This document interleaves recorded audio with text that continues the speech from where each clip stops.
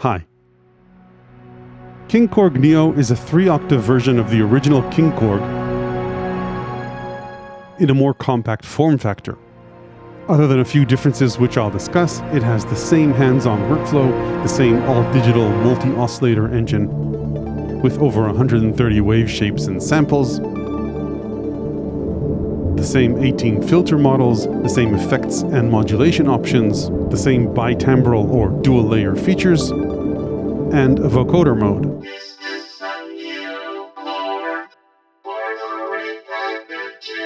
In this video, I'll take a look at the differences between NEO and the original KingKORG, and then dive deep into its workflow and synth engine, including its very interesting oscillator section and multiple filter models. Before I start, a quick disclosure: Korg sent me NEO. Other than that, no money changed hands. They have no say over the content of this video, and don't get to see it before it's published. Okay, let's start with a short comparison to the original KingKORG.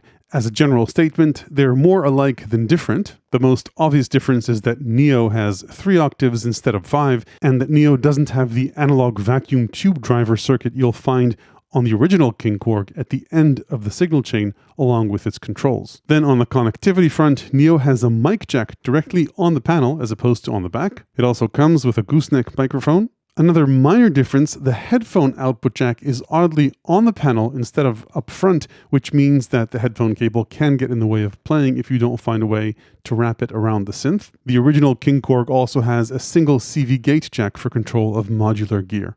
Beside those things, NEO has all the same controls and screens that the KingKORG does, just arranged differently in 2 rows instead of 1. The panel is very hands-on, and the 3 screens help in seeing exactly which oscillator or filter you're using. You can access quite a few parameters on the panel and using a shift key, but then you'll also find a few parameters that you can only access using this 2-line text display.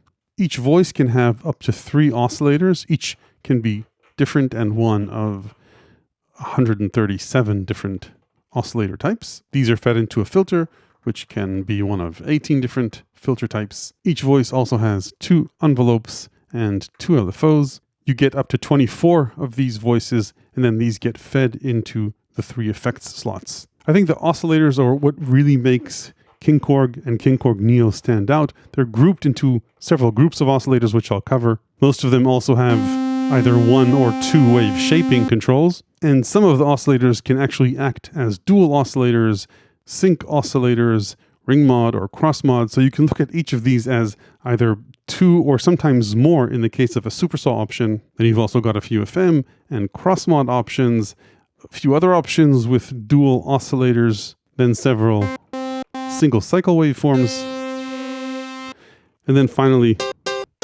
a few simple sample-based options. The voice section can also be doubled to 2 timbres, so you can layer 2 different sounds together, or split them across the keyboard if you want. And you can also choose which timbre the effects are applied to. Then finally, at the end of the signal chain, you've got a high and low EQ. You can cycle through the presets using the screen encoder. There are no seamless sound transitions, so effects and long release notes will get cut off when you swap presets. You've got 200 factory presets that I think are very usable, and you can browse through them using these buttons for categories. And then on top of that, you can store another 100 presets of your own. You can also store presets in banks of favorites for quick access, up to 5 banks. And if you want to edit preset parameters that aren't available on the panel, whether directly or using the shift key, then if you hit page up or page down, you can access the several other parameters that are available in the synth engine. Now this may seem intimidating at first, and it is, but you can use these buttons to quickly jump between categories. As a matter of fact, it would have been nice if Korg added these labels on the bottom. You can press these 1 or more times to access different groups of parameters. So for example, the filters, the LFOs, LFO 1 and 2, the mod matrix or virtual patch bay, and utilities. It's not that hard to remember these once you've used it for a bit, but it would have been nice had it been labeled here. Just be careful if you press these buttons when you're not in edit mode, because then you'll swap presets. To complete the overview, you've got a built-in arpeggiator, no sequencer though, a vocoder mode, which I'll cover later, a joystick for both pitch bend left and right, and to be used as a mod source, both on the way up and down. Then in terms of connectivity, aside from the headphone and XLR jacks on the front panel, you've got MIDI in and out on the back, stereo 1/4-inch audio outs, a damper, and assignable foot switch jack, and USB for MIDI, not audio. In terms of build, Neo is quite light. There's good velocity sensitivity, fairly light action, and a bit loud, especially on the black keys. The keyboard feels very similar to the other new Korgs with 3-octave keyboards like ModWave, Op6, and WaveState. The knobs, by the way, feel very responsive and solid, so no complaints there. Same for the buttons, everything works as you'd expect. Okay, let's dive right into the meat of KingKORG, which is its oscillators. There are 3 of them per voice. Now you'd think 130 isn't manageable, but it actually is. First, you'll notice the different groups light up here in these LEDs on screen.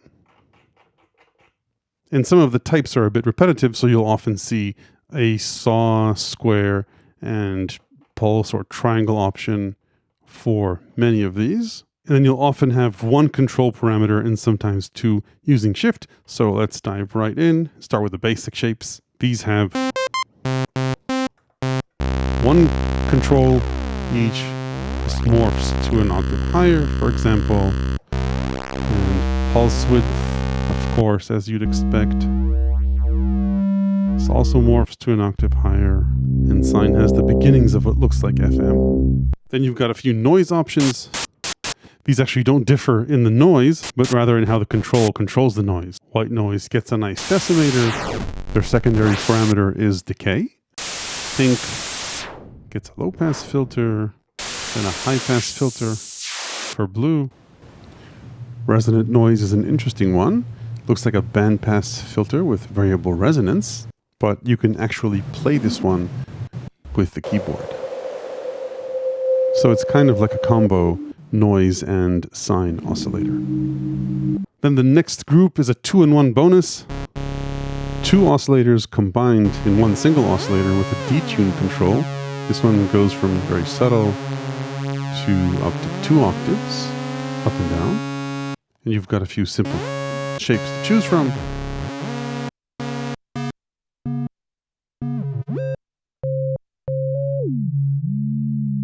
And Unison is, I think, 5 oscillators in one single oscillator. And you've got a few basic shapes for this. The difference between the Unison oscillator and the Unison feature is that the Unison feature actually doubles or triples or quadruples voices and has a stereo spread, whereas the entire voice structure is in mono. The next group of oscillators is sync, oscillator sync. Again, all within 1 oscillator, totally unrelated to the other 3. And you've got that in the different shapes, sine sync. And then there's a simple ring mod option.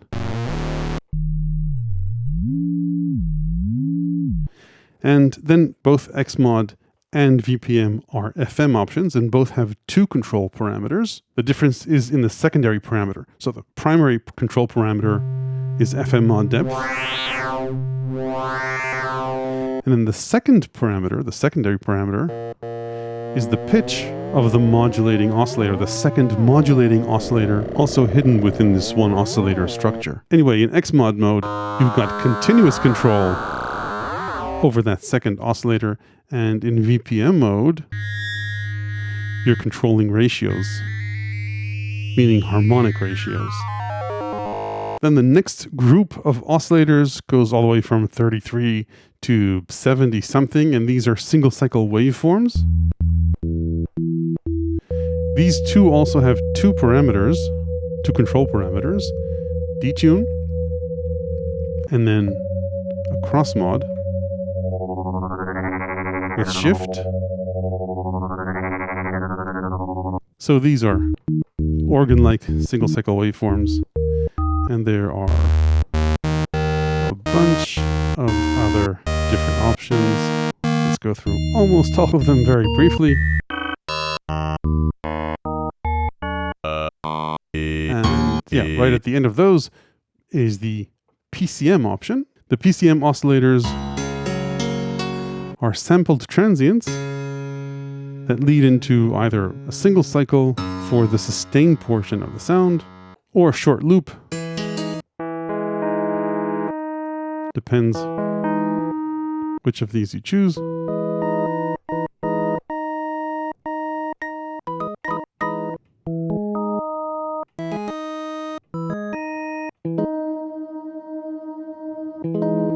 that, for example, is a short loop. And let's briefly go through these.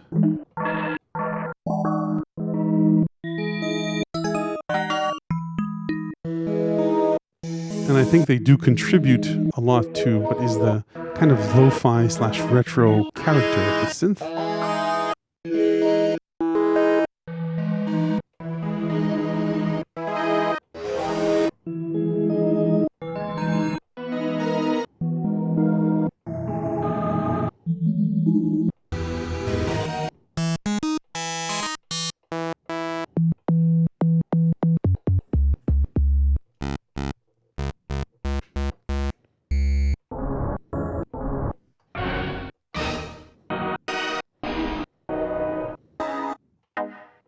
And then finally, at the end of the list, you can process the raw audio coming in from the microphone as opposed to the vocoder, which we'll get to later. Okay, so those were the oscillators. You get 3 of them per timbre, 6 if you want to layer timbres. And then these are fed into the single filter. There are 18 filter types split into low pass, high pass, and bandpass options. Each filter mode or type has a few character options. So for example, this is a 4-pole filter.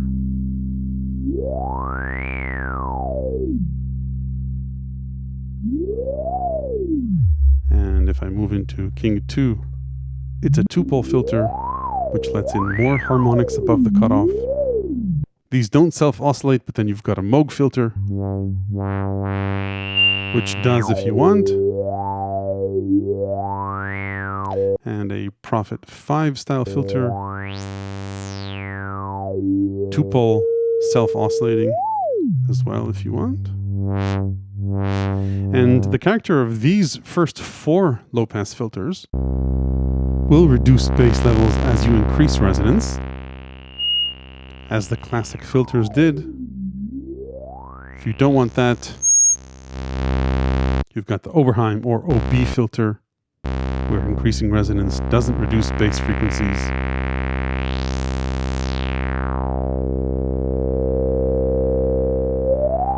This one doesn't self-oscillate. Then you've got an MS-20 style filter with appropriately aggressive resonance.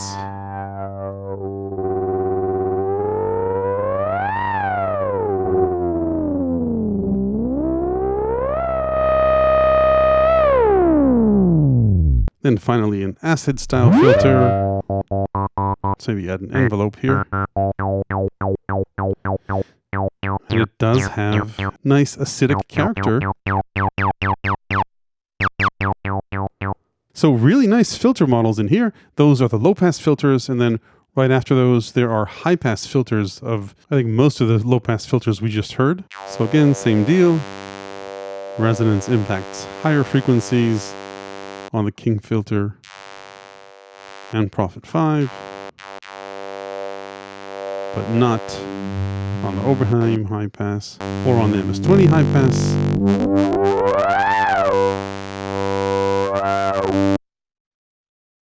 Acid high pass, which doesn't exist in the original, but nice to have. And then you've got a few bandpass filter options.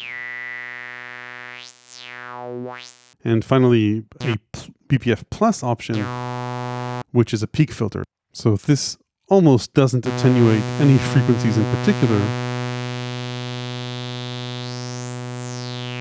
but rather emphasizes frequencies at the cutoff. Other frequencies are attenuated if you increase resonance significantly, but highs and lows aren't cut off. So those are the filter options, and you can move back using Shift. And if you're wondering why this has both an amp knob and a volume knob, that is to give us a good segue into the bitimbral features of the synth. So for example, this patch is 2 timbres, a pad, which is timbre B, and I can control its level here, and the ARP on timbre A. Here the timbres are arranged in a layer,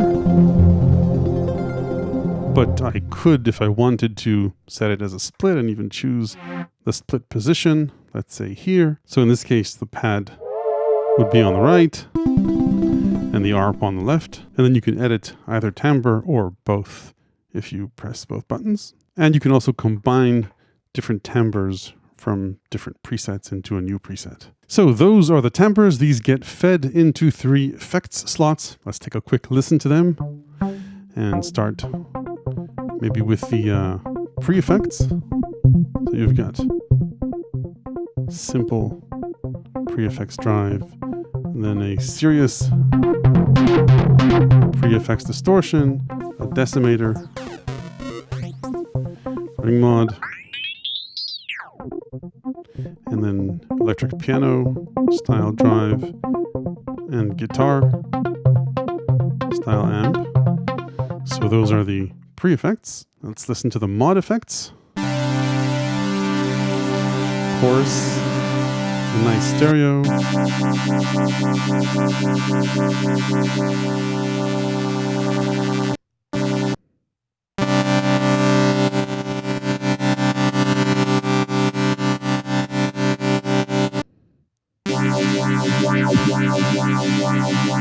Phasers in mono, unfortunately, but you can get it sort of to sound stereo if you turn on Unison.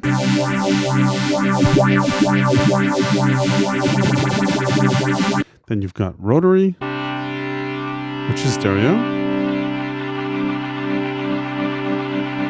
and a flanger mono. Then the third effects slot is the reverb/delay. You can't have both, so it's either.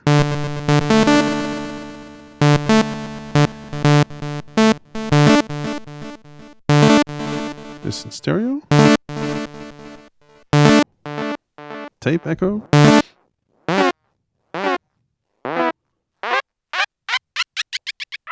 And then 3 reverb types.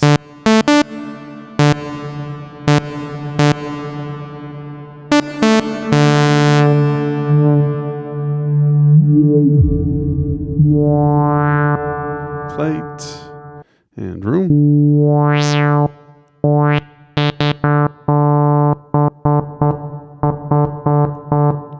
And hall. In nice stereo. Would have been nice to have filtering here. Maybe they can add that as a shift option.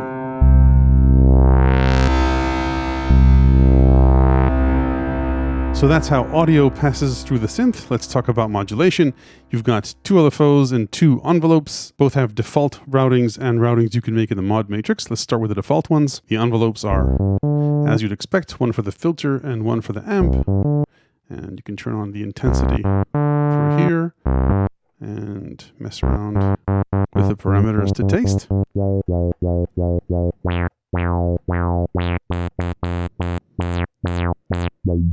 Let's turn that down. Anyway, that's the filter envelope.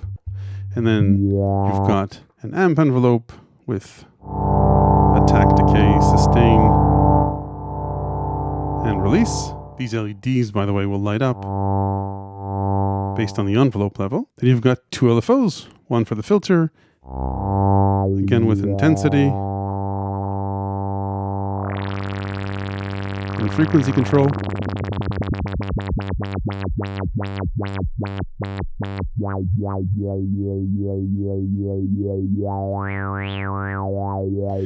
One for the filter, let's turn off intensity, and another for pitch to create vibrato, again with frequency control. Then there's one more easy LFO routing. Even if I turn intensity all the way down, then the joystick Y position up will increase vibrato as well. This based on the LFO frequency, which you can see blinking here. The envelopes don't have additional parameters in the menus, but the LFO does. You're probably wondering about the LFO shape, so you've got to go into the menus for that. You can touch an LFO parameter and jump to the LFO parameters, or look for them here.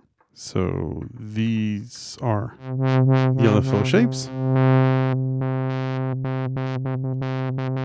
And yeah, if you touch a parameter, it jumps to that. And you'll have to find the original parameter again. And I think there's a function that lets you turn off that feature. Then additional menu-only parameter functions are key sync. That'll re-trigger the LFO every time you press the key. The LFO is polyphonic. And tempo sync. And that's basically it for the LFOs. If you'll want to point the LFOs to other parameters or the envelopes, you'll need to use the mod matrix, which if I remember correctly, yeah, it's this button. So you can move between 6 mod matrix slots, and each mod matrix slot has 3 options: the source, the destination, and the mod depth. So let's say if I wanted to point LFO1 to pitch, for example, it's just a default, then I could just increase the intensity and get it going there. But let's maybe pick a sync oscillator. Let's go for sync saw. I could instead choose to point it to oscillator 1 control and get oscillator sync from the LFO. I could obviously use the envelope for that too. So that's how you connect sources to destinations in the mod matrix. And the available sources are, aside from the LFOs and envelopes, velocity, pitch bend, joystick Y, joystick -Y, key tracking, and then 3 MIDI sources. These are determined in the global settings. And these could be, I think, any MIDI CC and also aftertouch. And then in terms of destinations, you've got quite a few options in here per oscillator controls, which is great. And envelope parameters, LFO parameters, panning, and patch intensity. So mod matrix slot intensity, and even effects parameters, which is pretty useful. So just for fun, what if I was to go for reverb depth and point LFO1 to that?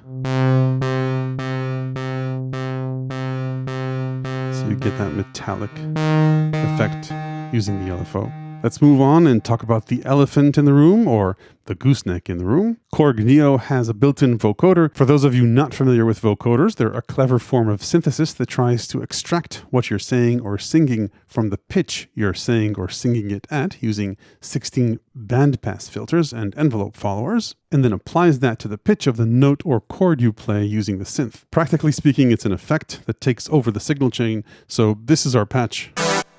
Before I speak into the mic, if I turn it on, you won't hear anything unless I get close to the mic or I get the mic close to me. Different sound presets will make the vocoder sound different.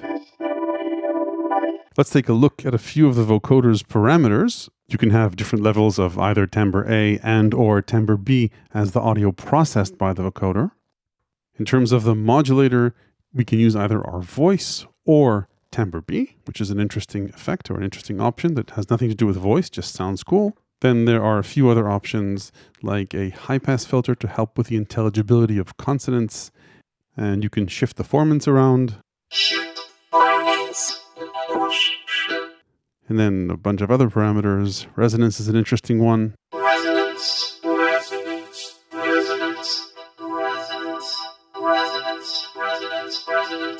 And a few other parameters, including the ability to mix in the dry signal, your voice, along with the vocoder. Let's move on and talk about the arpeggiator. And latching it, unfortunately, is a menu item feature. So we're at here, I need to hit this and then turn on latching. I really hope they add a shortcut for that. Anyway, once you latch it, then you can turn key sync on or off, assign it to either timbre A or B. There's only one timbre here. And then there are a few ARP types.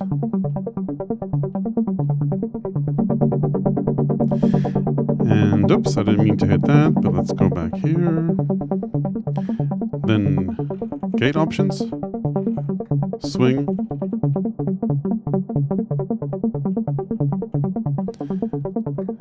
Then last step, which is relevant for the pattern, we'll get to that in a bit. Control over the number of octaves. And then pattern lets you add rests and create a pattern of notes and rests up to 8 steps long.